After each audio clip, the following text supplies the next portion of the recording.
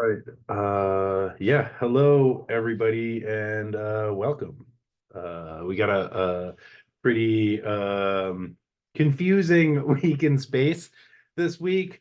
So just come on in, settle on down, and yeah, we'll take you through everything. We'll take you through all the hits of what's happening in the celestial sphere this week. Sorry, I'm a little like discombobulated this morning. We're receiving a Neptune square to Mercury, which is a little confusing, a little obfuscating. Makes things a little slower, a little illusional and delusional. Neptune tends to dilute things, and if Mercury is our cognitive function and our ability to communicate, Neptune diluting that can make it hard to say what we mean and to get our thoughts across. So please bear with me because I'm not only an astrologer, I'm also a client. Right. Like we're all in this together, and we're all kind of going through the astrological experiences of the week together. And it's each of these transits are hitting us in our own unique chart, in our own unique way, and we're responding to them depending on what kind of like constellation in our personal chart becomes activated through the transits. Hi out there, welcome. Hi, Quinn. Yeah, welcome on in, everybody. Settle on down. Yeah, we've got a bunch of stuff going on, a lot of it having to do with squares to Neptune. And again, Neptune is confusing, delusional. They are can get us lost in the fantasy, can get us wrapped in the illusion, and a square is a challenging aspect.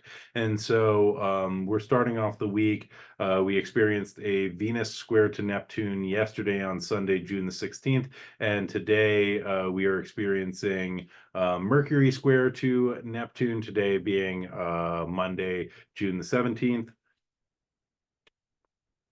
And so, it throws like some confusion in it's sort of, I'm thinking about this like a fog machine sort of like kicking off, and you're like, but what, where is the thing, how do I navigate this? I'm not really sure.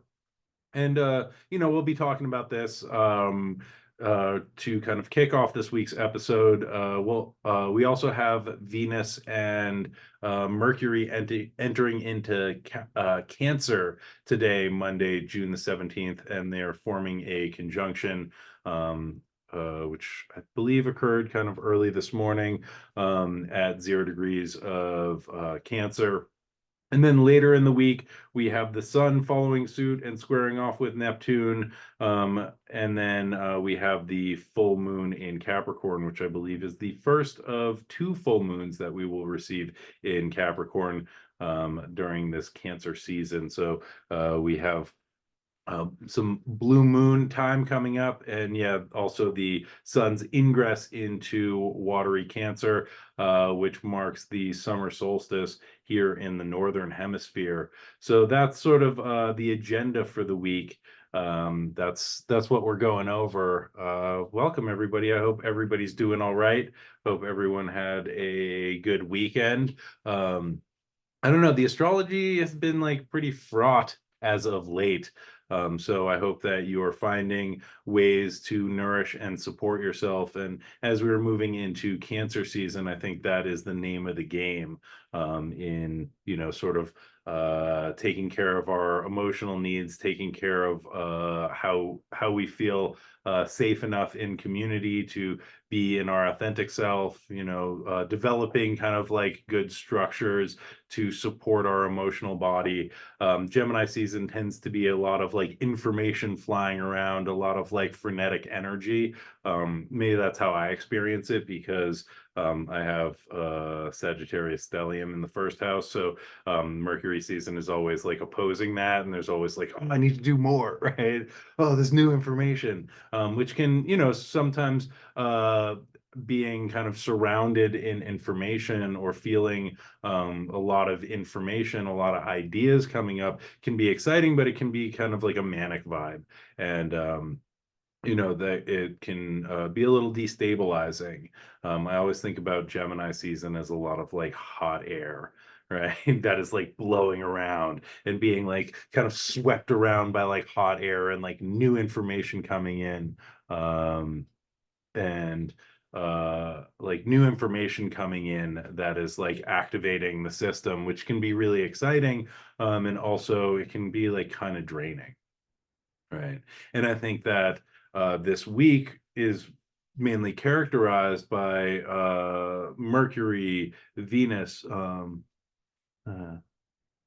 Oh, nice. Leslie saying, I find that I stay really cool and mental. Yeah, and I think that's like another way that people can experience this. And again, this is like how it hits each of our charts and our kind of like constellation in our chart differently. Is some people can be like, okay, cool. I'm like thinking about things, I'm discerning things, I'm gathering information, I'm staying like a little detached, which can be really helpful. I am not able to do that. I get like, part of my nature is like something comes in and I'm like, oh, that's so exciting. I've like, signed up for new classes, started like whole new projects in my life, a bunch of like started projects that are like not finished and might like just go on a shelf. And so, that's my experience with it. But like, yeah, like Leslie's saying, being able to be detached, right? Or, just observant, which is also another quality of the mutable air sign that, people might experience.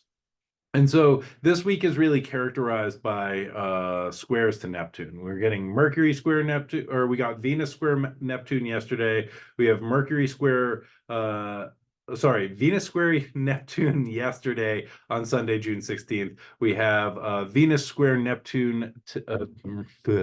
See, this is what happens. This is what happens. Let me try that again. We had Venus square Neptune yesterday, Sunday, June the 16th at 29 degrees and 52 minutes.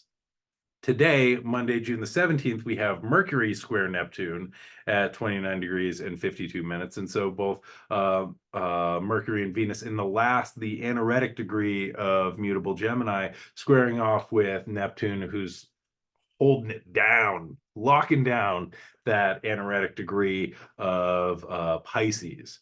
And then later on in the week, let me just scroll down to make sure that I have this right. I don't even trust myself anymore. We have the sun squaring Gemini on Thursday, the 20th. And so, a lot of like personal planets squaring off with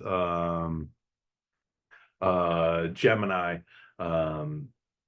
A lot of personal planets squaring off with Neptune this week, which is kind of like destabilizing to the system in some ways, because Neptune is like pretty boundaryless, right? Neptune is this like nostalgic longing for the Ouroboros interconnection, the all oneness of everything, the sort of like interdependent. Yes, we're getting Sun square Neptune on Thursday. And Jen, how would transiting Neptune second house trine natal Neptune in Scorpio 10th house resonate? I'm not I don't have the time to go into like personal transits so much, but hopefully as I explain these archetypes, you'll start to see how, okay, like this is how this might show up for me, right? As we're like thinking about the archetype of Neptune and uh yeah, as we're thinking about the archetype of Neptune, maybe we can kind of like get into like how that's showing up for you in your life. And if you're interested in learning more about how these transits in the our current sky are affecting your personal natal chart, I recommend booking a reading with me or one of the other excellent astrologers on the AstroStar app. And we can help you figure out, this is what this is how this is showing up, this is what it's asking for, this is a skillful way that we can respond to this energy showing up in your life, and this is what it might be like pointing us towards. It's sort of hard for me to like process without looking at the chart in real time. It's hard for me to like process the meaning for an individual. But again, like talking about these archetypal structures, I think it can really help us to understand, okay, like that's what this thing, that's a way that this shows up. This is kind of like an energy that this is bringing to the party, and this is how it's relating to me. And so like I can think about how I can like work with this, or how this might be pulling me in a direction, and how that might be helpful or like not really aligned with what I'm trying to do. So let's just jump in and like start yesterday on Sunday, June the 16th. We had Venus in Gemini square Neptune in Pisces at 29 degrees and 52 minutes. Thank you. And so Neptune again is like confusing, and it can be uncomfortable, right? It's this like sense of idealization. It is the longing for like paradise, that idealized situation. And Venus, the planet of love, beauty, aesthetics, relationship, right? Also values, can be like, I am longing for this idealized love, right? I want my relationship to look like this, or like, I want to feel like this in relationship, which, there's nothing wrong with a longing for a specific feeling or an ideal relationship. However, in the Saturnian based 3D reality, that might not always be possible. And Neptune can be like, oh, right? Like, this always happens to me. Neptune can go into like a martyr, right? Or like a savior ideal. I want a relationship to save me, or I work so hard in relationship and like no one ever like appreciates all the work that I do. And I think that or it can be like, I want a fantasy relationship that is not like actually connected to reality, or the Saturnian constraints of time and what is possible in relationship or possible at this moment. And so that can be pretty challenging and painful. It can also be like a nostalgic longing for the Garden of Eden or the paradise, right? Like, oh, that relationship that I had, like that idealized relationship in the past was so perfect, right? And I long for that, and I can't replicate that. But like, maybe that relationship is impossible to replicate because that was in high school, and now you're, in your 50s or whatever. We're in like, maybe you're in a different situation, and that ideals of that relationship are not applicable anymore, right? Or like don't fit into the world today, right? And so it can be like a little challenging to hold that kind of the pull of that energy, and I think that that pull can also feel very draining, you know. And my experience yesterday was like very like dreamy and also draining and exhausting. And as we're like dealing with the like churning emotional realities of our current situation, it can like take a lot of energy to hold that.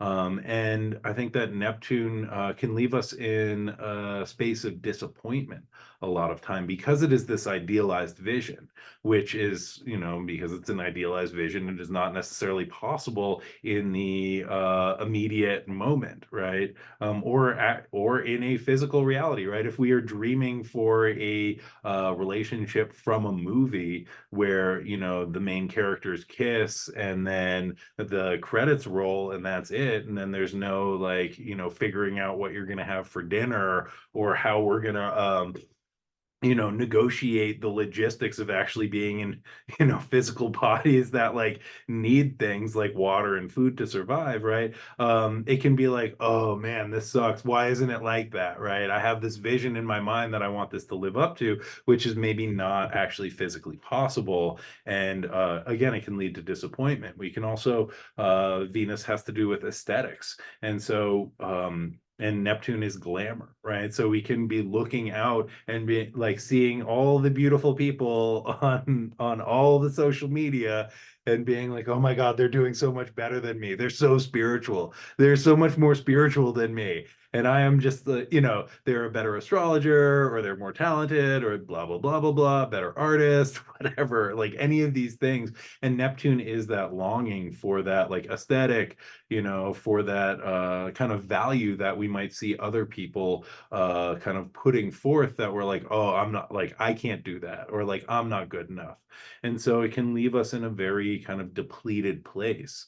Because I think a lot of like what might be coming up around this Neptune square, and although it was exact yesterday, it's definitely like in full effect through the week and into this full moon, this sort of idealized longing, right? And the depletion that comes from that as we are like reaching out or kind of fantasizing and like measuring ourselves against a fantasy, which again can be really difficult. And I think that we do get some remedy for that with the Capricorn full moon, because I think a lot of the remedy for the outer planets and the difficulties that the outer planets bring is Saturn and Saturnian things, right?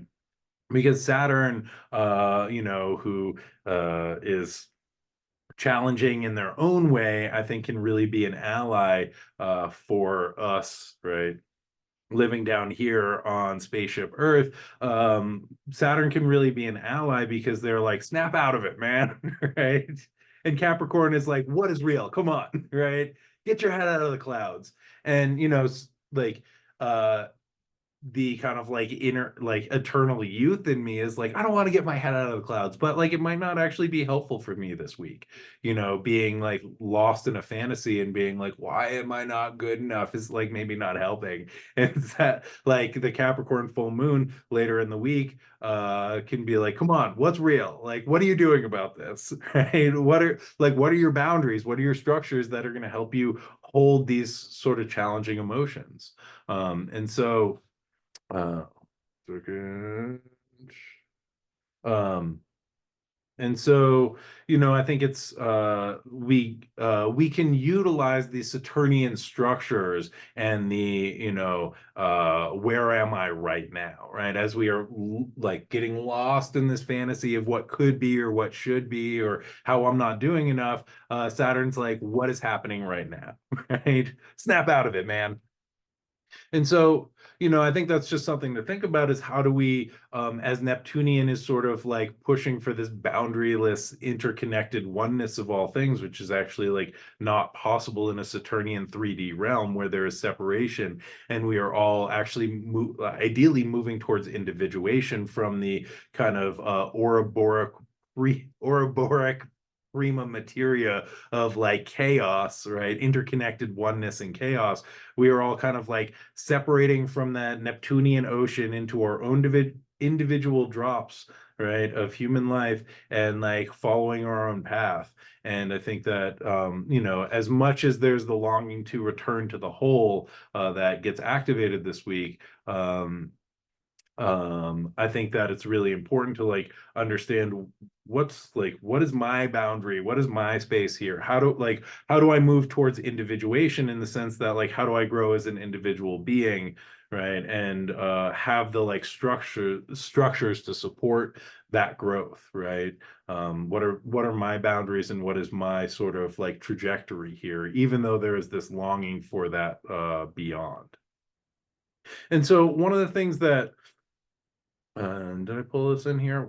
Whatever. One of the things that I think here is, if we look at Neptune through the lens of the Odyssey, and if you've tuned into the show before, you know that I like to tell a story, and you know that I'm interested in mythology, fairy tale, and in terms of astrology, I think that Greek myth can be really helpful, because these are the sort of gods that we're working with, the pantheon that we're working with, that gets transposed onto Western astrology. And so, Neptune or Poseidon, right, like shows up and is one of the like main underlying characters in the Odyssey, because Poseidon is like, oh, Ulysses, you are not going home. Odysseus, like you are not going home, right? You crossed me, and I'm going to like send you on this goose chase for multiple years, before you are ready to be released back home. And one of the things, I think I said this last week, but one of the things that I've been thinking about, and I don't know how this really ties in here, but the story of the Odyssey is the kind of healing of um, the trauma of war that was experienced in the Iliad, right? It's the Odysseus and his crew that are going through this kind of initiation to down-regulate their nervous system so that they can come home and be reintegrated into society. Is just a way that I've been thinking about it, right? So like this whole kind of circuitous route that they have to take through all these trials and tribulations, I think is all preparing them to come home into civilian life as they are like kind of stripping away the PTSD that they experienced during the constant war of the Iliad. Anyway, one of the pieces of the Odyssey is the sirens, right? And so as Odysseus, interacts with Circe, she's like, okay, you're going to, Circe is a witch, right? Very powerful witch, and uh, falls in love with, or tells Odysseus how he's going to navigate some of these oceanic trials. One of them being the sirens, who are um, these sort of sea spirits that sing this beautiful song and lure sailors to their death against the rocks, which is like kind of a genius plan, right? You just make this beautiful music and like lay around on the rocks all day making beautiful music. Sailors come, they crash their ship, you pillage them, right? You get a lot of nice things. Like that's a good gig, right? But for Odysseus and his crew, like they need to figure out a way to navigate this. And so Cersei is like, yo, you need to stop up your ears because if you listen to that song, there's no resisting it, right? And so if we think about like this Neptune square to Venus, and I think this also applies to the Neptune square to Mercury, which we'll talk about in a minute, right? Um, there is no resisting that like longing, that kind of beautiful Neptunian idealization of this is what it's supposed to be, this is the highest form of beauty, this is the fantasy, right?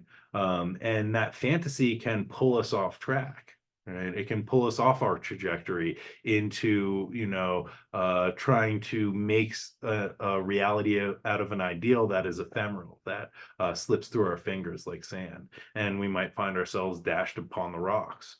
And so the way that, again, Odysseus and his crew navigate this is he has the crew stop up their ears, right? So that they can't hear the song. And they're like, whatever, I'm just going work, right?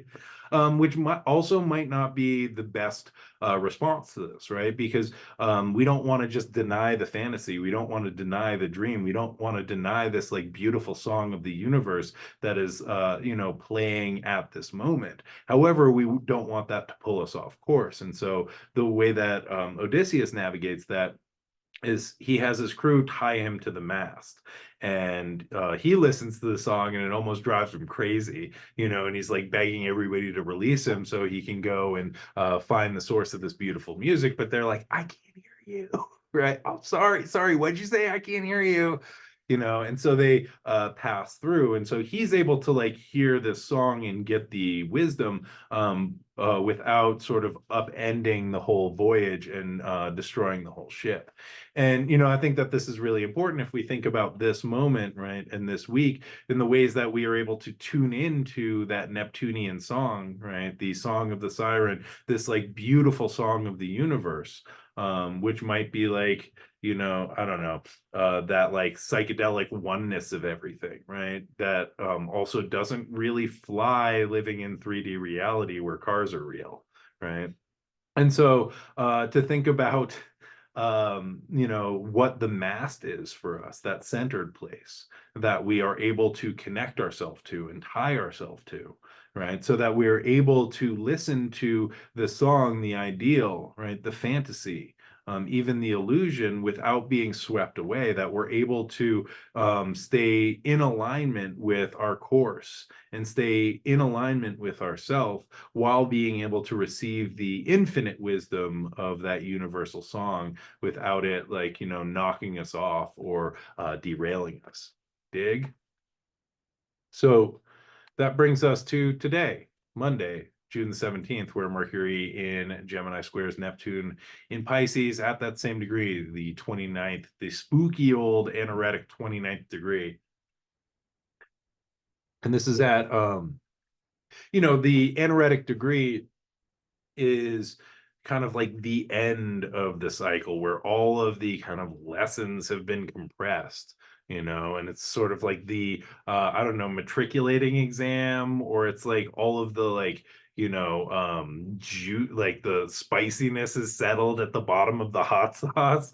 I don't know, it is like a very kind of like potent consolidated moment that Neptune is definitely like, soaking in and soaking up and like throwing these kind of like challenging rays. And as Venus and then Mercury and then the Sun exit out of mutable Gemini, they're getting hit with this, and they're also needing to learn, kind of like understand the Gemini lessons that we have been learning, which, for me, there was like some learning in here where I was like, oh, it feels like this. And then my friend Leslie was like, oh, I feel like more detachment and observational. And I'm like, oh, yeah, that's also a piece of it that I may have not considered, right? So, like, as we are kind of preparing to exit this sign at the 29th degree, it's like, what did I learn here? What am I getting from here? And I think that if Gemini is speaking about information and communication, and the kind of poles, right? The Castor and Pollux, the light twin, the dark twin,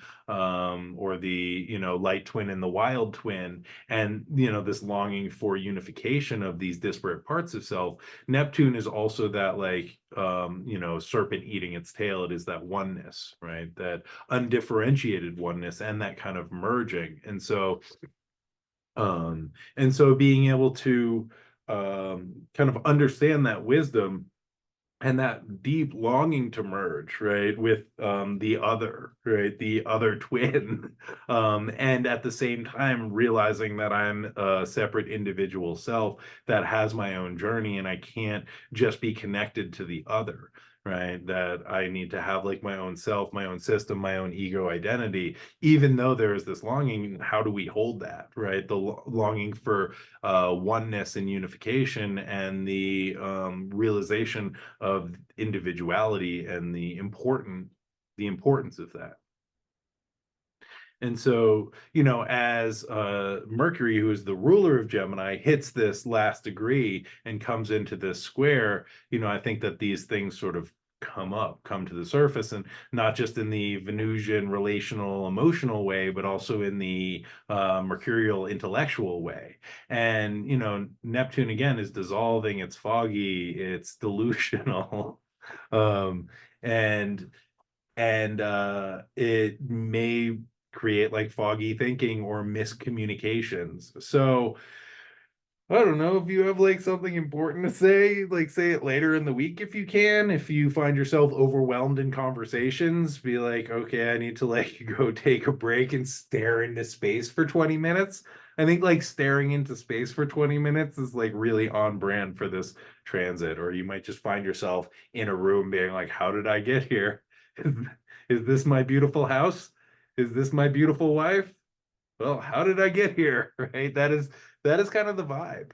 And being able to, allow the mind to wander, right? If we can give ourselves the space to allow our minds to wander, this might not be that difficult for us. If we are in a situation where we have to do a lot of like rigid intellectual work, this is going to be a little challenging. And today, I swear, I was like, oh my God, I'm tired, right? Because Neptune is also like saps energy. So Neptune is like siphoning off intellectual energy, right? It's squaring Venus, it's siphoning off like emotional energy, or like, sexual energy, right? The energy of desire, it's siphoning off and being like, I don't know if I actually really want anything or care about anything. except for that thing that's so far away, and I wish I could get there. And then as the sun squares Neptune, it's going to siphon off like our vitality and our vital energy. Um, and Um, and so, uh, you know, our today and through the week, like we might feel a little slower intellectually, might have issues communicating.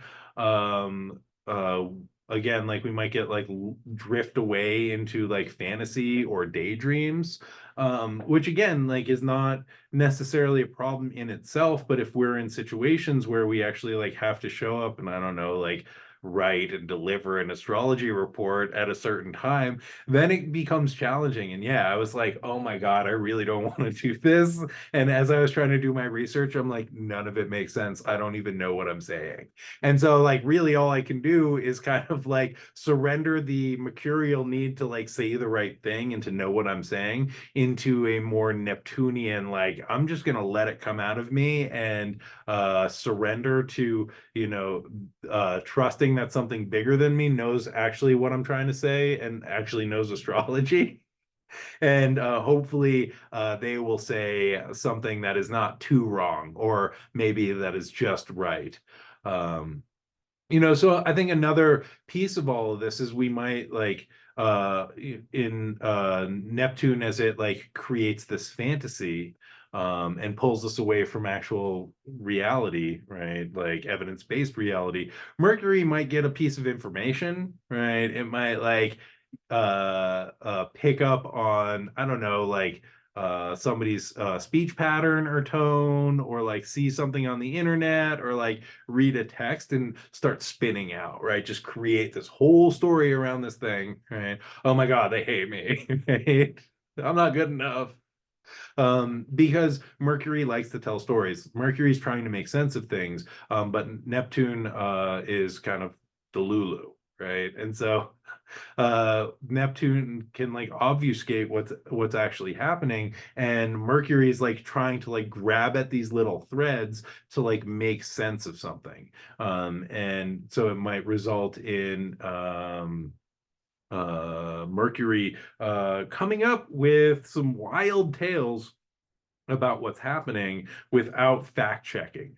And so, you know, we might find ourselves in some nervous system activation and some emotional activation because as both Mercury and Venus enter into Cancer, which also happens today on Monday, and then form a conjunction, it's going from this sort of like intellectualized sense of like, oh yeah, like, you know, read this thing and like this is what it's about, to a more emotional thing, which is like, I read this thing and it's like activating all of this stuff and I don't know what it is. And oh God, maybe they hate me. Right? Oh no, I'm not safe. Right. And so it can create a lot of anxiety, paranoia. Like Neptune can definitely like be paranoid. And so we can spin out and get a lot of like emotional and nervous system activation and spin out trying to make sense of something that we don't really have a good sense of. And so just yeah, I don't know. Uh, do some deep breathing, slow your roll, right? Remember Odysseus tied to the mast, right? Who might be like, oh man, I want to go over into the siren song of how everybody hates me, right? Because like for some reason that's pleasing. That's like maybe being dashed against the rocks, right? It's like, oh, everybody hates me, everything sucks. I'm not a good person. Like I read this text message and I'm interpreting it as everybody hates me because they used an exclamation point at the end of "I don't hate you," and it's like, oh God, they hate me, right? Into the rocks. And so, yeah, how do we like hold on to the mast and be like, no, we're good. Ship's going towards people think I'm okay, right? No, no, but they use the exclamation point, you know. So being able to just maintain a sense of center and do some reality testing, whatever that looks like to you. Because like, you know, I think that there is this sort of like delusional, almost like paranoid thing that Neptune can bring in that like tries to derail the whole system. Um, and you know, if you can spend time in like creative yeah, thank you, Quinn. Um, if you can spend time today, like creative writing, journaling, dreaming, time in nature, spiritual practice, these things are great. That's what Neptune craves, is spiritual practice and like connection through creativity, right? That flow state where we kind of lose ourselves in the like act of writing or painting or drawing or playing music. Music is a great Venusian thing, and I think that's both mercurial and Venusian. And that is a great way of honoring Neptune's desire for the like divine. Um, or meditation, right? Allowing the mind to sort of like wander and clear, daydreaming, fantasy. These are all great ways of sort of honoring Neptune's desire for that interconnected oneness and the return to the undifferentiated state of paradise.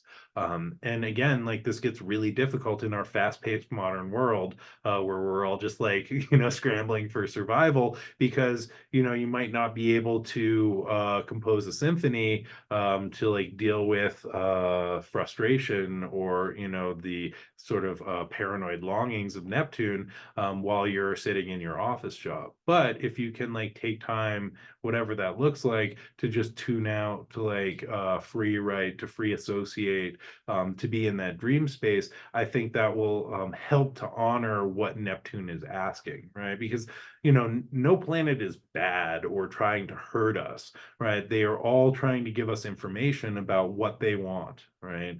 They're all looking for offerings. And when we are able to give them the proper offering of our time and energy and attention, it helps to sort of reduce some of the difficult and challenging energy that they provide, right? Because that energy is being like, hey, I really want to like just zone out and look at clouds, and your boss is like, you're fired if you do that. And that puts us in a very challenging position.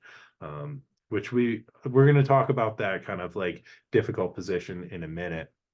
But for right now, yeah.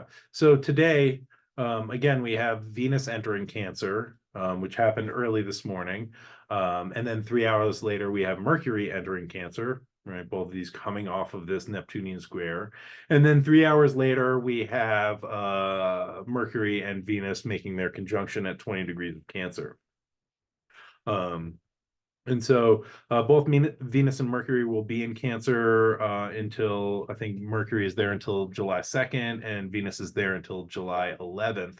And so, and yeah, they're sort of coming together to make this, very pleasant interaction. In fact, I think that Cancer has a lot to do with emotional bonds, emotional connections, feelings of safety, emotional safety, and the containers that we create where we can feel safe enough to be our authentic self, right? And to really like deepen connection with other people. And, Mercury, which is intellect and communication, and Venus, which is, aesthetics and being social and relationship and partnership, and the things that we like. These two planets coming together is about us being able to communicate what we like and what makes us feel safe, and to talk amongst the people that like we find connection with.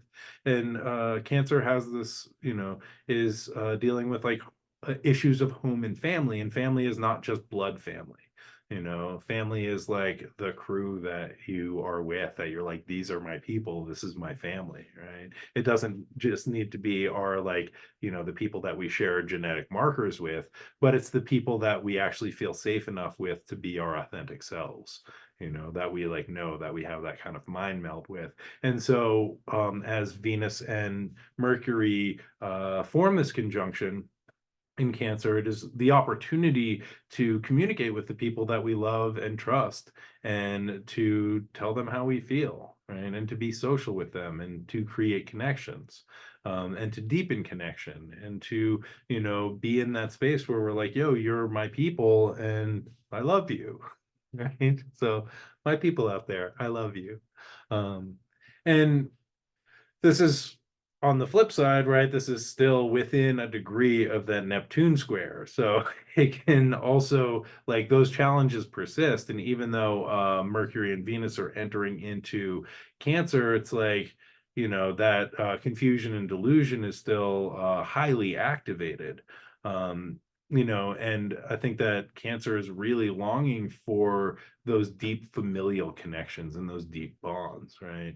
And again, it is this watery sign that deals with the emotional realm. And so Mercury, especially coming off this Neptunian square, and then entering into watery Cancer, can get kind of flooded, right? Like ideally, Mercury in Cancer is emotional intelligence, right? And that is, what I hope for all of us during Mercury's journey through Cancer until July 2nd is realizing, okay, what is the actual feeling here? What is arising? How do I, like, okay, I'm feeling this thing. How do I know? Where do I feel it in my body? What does it feel like when I feel this? Is it, shaking? Is it vibrating? Is it tingling? Is it hot? Is it cold? Is it left? Is it right? Is it up? Is it down? You know, is it constricted? Is it loose? Right? Is If it's constricted, what do I need to loosen it up? Right? If it's too hot, like if it's up here and it's spinning like this, right? Do I need to like bring it down, or do I need to move it out? And I think that Mercury helps to identify and communicate, okay, this is what I'm feeling. And then I think Venus in Cancer is also like, let me strengthen the bonds with the people that I feel close enough to be able to communicate, okay, I'm having this feeling right now, and this is, I just want to let you know that I'm feeling this type of way. And I know that because of this. And, can we talk about it? Or I need to walk away for a little bit because I'm having this feeling up here that's going like this. And I need to move it out of my body. And it's hard to do when I'm like paying attention to something else. And ideally, like we were able to have these kind of relational structures that hold us in such a way that we're able to communicate our feelings, to other people and to the people around us, and are able to feel seen and heard, and able to be our authentic self without holding, the kind of the mask, right, or the crab shell, right? In Cancer, like the ideal is that we expand the crab shell and welcome people in, right? Instead of like needing to have a very like tight crab shell that like protects us against the terrors of the world. The other thing with Mercury and Cancer is, again, Cancer is the crab, right? Which approaches things to the side, right? Which Mercury might feel some flooding, like, whoa, too many emotions, right? And approach the things from the side, right? And like lean into the side, or, sidestep some things and be like, that's too much for right now. I'm gonna like, step to the side of that. But also they have the crab claw, right? Which will, grab onto something and just hold onto it, right? And just fixate on it a little bit. And, it'll just fixate on this thing. So this might be that like little bit of information about that exclamation point at the end of the text that's like, oh God, they hate me because there's this exclamation point, and I'm going to go back through all of their texts and like prove all the ways that they hate me. And Cancer will just like hold on to that thing until something else that is maybe more powerful or more interesting comes along, and then they can be like, oh, ooh, oh, this one, right? And so part of the trick here for Mercury and Cancer is like, how do, like, if we find ourselves fixating on something that is painful or like create suffering, how do we find something that is maybe more attractive, more exciting, or more powerful that we can offer that crab claw to hold on to consider, to polish, to obsess over, to think about? And so that is just like something to consider as Mercury moves through Cancer over the next couple of weeks. Um, and so, yeah, and again, with this conjunction with Venus and Mercury, just identifying and articulating our emotional needs, right? And this can be very helpful to sort of dissipate some of the confusion that that Neptunian square is still throwing, and if we feel like kind of overwhelmed, right, or flooded, being like, okay, like what's actually happening here, like can I create a safe way of communicating this, so that we're not just like overwhelmed and spiraling out into fantasy, right? And being able to like come into healthy and supportive connection with each other, right, and to like feel good about the connections that we have in our life, and really honor the people that we love and the people that we feel close to, even if you haven't talked to them in a while, like the people that's like your family, like call them up and just tell them that I'm thinking about you and I love you, right, or I miss you, or however else you want to interact with them. um, yeah, and like ideally we're creating a sense of emotional safety through like our family, or like, the connections that make us feel safe, and helping to like kind of down regulate that nervous system, which might be kind of heightened, or like caught up in that like fantasy, or that the kind of paranoia or anxiety that the Neptunian square can bring.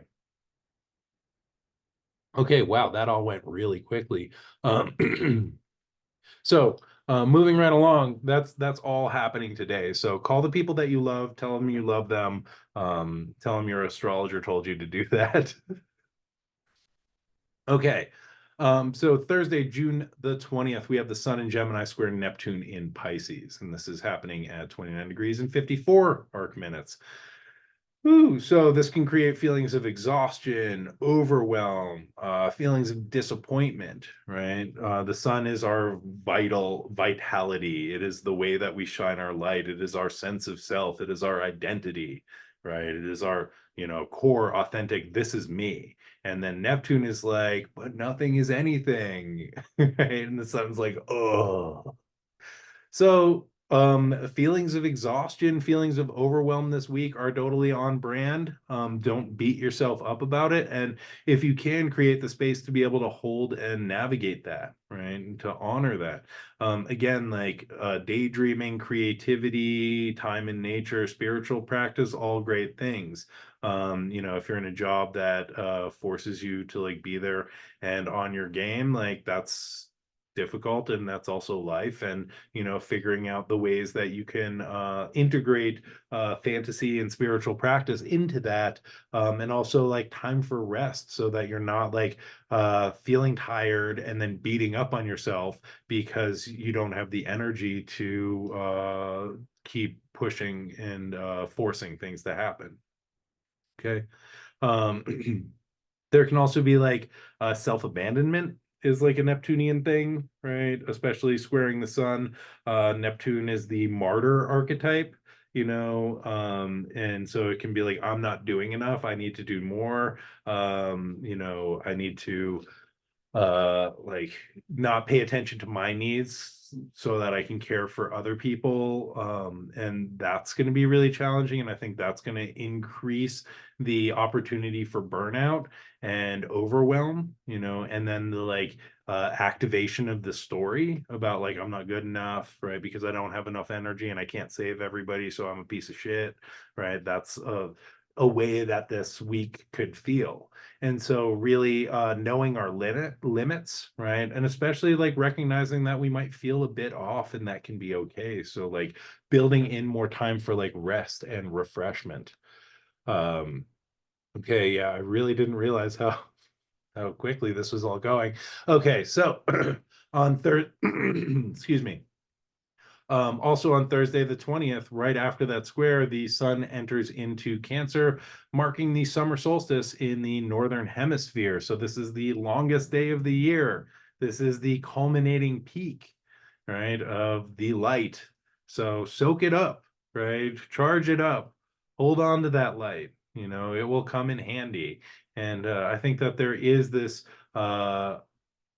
beautiful thing that happens when we hit these kind of cardinal points, where this can set a tone for the next part of the journey, right? And at this point of maximum light, to think about how do we hold some of that soak some of that in, to be released at the winter solstice when the sun enters into Capricorn, when there is the least amount of light. Right. So how do we sort of like charge up our battery in this moment? Um, so on this is the thing that I really wanted to get to, and I'm sorry it took all episode, but on Friday, June the 21st, the day after, we were getting the Capricorn full moon at 1 degree and 7 minutes. This is exact at 6:07 in the PM Pacific time, making that 9:07 in the PM Eastern time. I believe this is the first of two full moons that we're getting in Capricorn. The second one occurring, I believe, on July the 21st at 29 degrees of Capricorn. So this will give us an opportunity to revisit everything that was activated this week and culminating with this full moon. And again, a full moon is a culminating point where it is like all of it all the way up here and we're holding so much and like, okay, what can I let go of? And so this might be a great time to sort of release some of that Neptunian energy that has been kind of like pulling us away, pulling us towards the siren rocks, if you will. And just to kind of maybe close this out, I got one more story from the Odyssey, which is the next challenge that Odysseus and his sailors face. So they after they pass by the siren safely, they come to it is, where did I put this? The Straits of Messina, which are guarded by Scylla and Charybdis. And Scylla is a six-headed monster that hides up in the rocks, right? And then there's this very narrow strait, and on the other side is Charybdis, which is a whirlpool. And Circe, in drawing out Odysseus's map, is like, okay, you're going to come to this, and if you try and just go straight through, you're going to get pulled into the whirlpool, right? And if you go too close to the rocks, Scylla is going to, their six heads are going to come down and eat people. And so you have to make a choice here, my friend, right? Either you go into the whirlpool and the whole ship goes down, or you go into the rocks and you lose six guys, and that's a bummer, and you might not want to be on deck at that time, but the ship will survive and you will pass through. And so this is this moment of being between a rock and a hard place and having to make difficult decisions, and this is also this moment of being like, okay, maybe I need to sacrifice something. Maybe I need to let go of something. Maybe I need to give something up or allow something to be taken in order for me to like continue on this trajectory. Or the other option is like maybe like the ship goes down and like sometimes we need to get sucked into a whirlpool, right? There's no shame in that. And in our personal odysseys, like we get to see what we need to do, because sometimes we might realize, okay, like I've reached this full moon moment, this culminating moment, and like something isn't working and it might need to just like go down with the ship. Right. Or like maybe this whirlpool will like will be a portal into the next thing. Or maybe I need to like kind of pull myself up by my Capricornian bootstraps, make a sacrifice, and keep going, right? Keep on this trajectory. And so I don't know. I think that like there is this kind of like moment, like either way, something needs to be released, and it's either a sacrifice of like, okay, I'm going to give this up because this is what I need to be able to pass, or maybe it's a total surrender and a reorientation of the journey, right? Because the sun and moon are still in this square to Neptune, even though it's out of sign. The Neptunian influence is strong with this one. And there might be feelings of being flooded, which is like being pulled down into the whirlpool, right? And so the Capricorn moon is like, I don't want to be flooded, right? I don't want to feel overwhelmed. What are the structures that I can build to like help me to contain the feelings that are arising in a safe and healthy way without getting swept away into the whirlpool? And maybe that is sacrificing six dudes. I don't know, you know? Um, because Capricorn does not have a lot of time for like feelings. Capricorn is like, nah, we're making structures, we're doing things, we're like, dedicating, we're being responsible here. And the sort of Cancerian, coming off that square to Neptune is like, oh my God, there's so many feelings, right? And so I think it's that Capricorn moon being like, okay, I got to be responsible here. I got to be responsible to me. I got to be mature here, and I've got to like figure out real structures to like help me hold and contain what is coming up. I think an unskillful response is the suppression, right? And this is trying to like just push things away, or being like, nope, not feeling that, right? Because the Capricorn moon is not the most emotional person, right? Um, um, and this is no shade on anyone out there who might have a Capricorn moon, but the moon is in detriment there. It's like, nah, we got stuff to do, right? I got to be responsible. I don't have time for these messy feelings, right? And so, one response could be like to shut it down. And I don't think that's actually going to be helpful. And I don't really think that's possible because I think that water is going to rise and spill out somehow. And I think that the ideal is creating like good healthy structures to be able to channel this emotion, right? And this might be like an aqueduct or an acequia, or some way of directing and channeling all the feelings that might be arising. And I think this is like the emotional responsibility and maturity that the Capricorn moon is asking for, is like creating a good container that can hold that wealth of feelings so we don't get flooded and overwhelmed and swept away. And sometimes, right, if there's a flooding, we might just need to rise things a couple inches. And sometimes we might need to like channel that, so that it like hits the point and then goes where it needs to go. And so, and I think that the ideal of Cancer also is this sort of tide pool, right? It is a creating a safe environment where all of this life can develop. And in order to do that, we have to have like good boundaries that Flo, what's up, my friend? Good to see you. The Capricorn full moon is Friday, June the 21st. Um, and so that's what we are moving towards. And so yeah, the Cancerian archetype, one of the ways that I see it is I miss you. Um, one of the ways that I think of the archetype of Cancer is as this tide pool, right? The like strong structure that like prevents the waves from, totally like sweeping everything out, right? So that there's a gentle environment that life can develop and things can be nurtured and nourished, right? And so with this Capricorn full moon, I think what we get to consider is like, okay, what is a good emotional structure that I can create to nurture myself and nourish other people, and really like support the growth of internal life here, right? Without shutting it down and without getting flooded, right? So like, how do I show up and create like a really nice, healthy bowl, container, tide pool?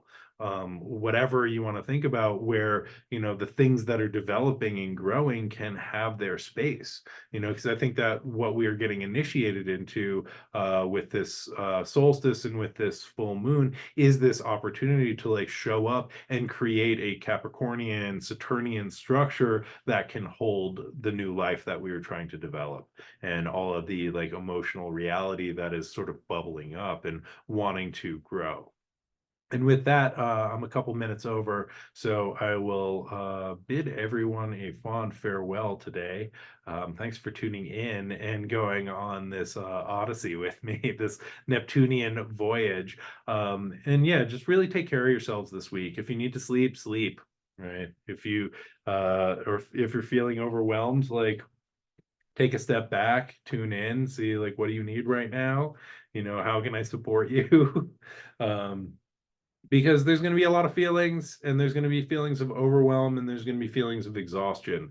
And don't make up like wild fantasy stories about like how you're not good enough and everyone hates you, because that's not true, right? You are good enough, and I like you, and I'm sure that there's many other people who like you too. And so I think, yeah, just developing the structures to be able to like, sit with these feelings and like allow yourself to rest and to really like strengthen the connections with the people who feel supportive to you, and the ways that you can support yourself. So thanks so much for tuning in. I am an advisor on the Astrology Live app.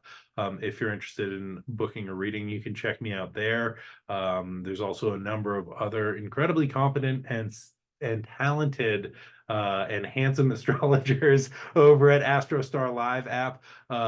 So check us out. It is a free download. There are people giving classes, doing talks, giving astrology readings. If you have like a question about something specific in your chart, they just launched a feature where you can do a text message reading. So like somebody earlier was like, what about this thing, trining this thing in this house? And it's like, okay, cool. Like we can do like a 20-minute text reading about that. You don't need to book a whole session. Can just like download you that information. So yeah, check me out, Astrostar Live, and check out all the other great astrologers on the team. And yeah, also I have an astrology themed radio show that comes out each and every week. I just dropped the episode for the Neptune squares and Mercury and Venus entering into Cancer yesterday. You can find that on my SoundCloud at Camp Wizard Camp. It's also, I'll put a link in the show notes. I think for Instagram, it's in my stories, and if not, I will put it in my stories. And for all you on YouTube, I will put a link in the show notes, and also I have a YouTube channel where I post this each and every week. You can find that at Camp Wizard Camp on the YouTubes. And that, my friends, is all the astro weather that is fit to print.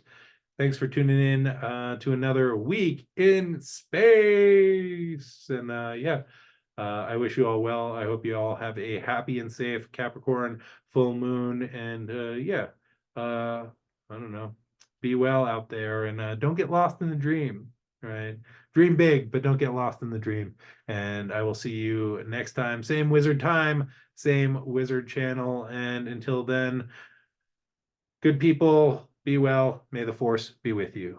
Bye now. Let's see here.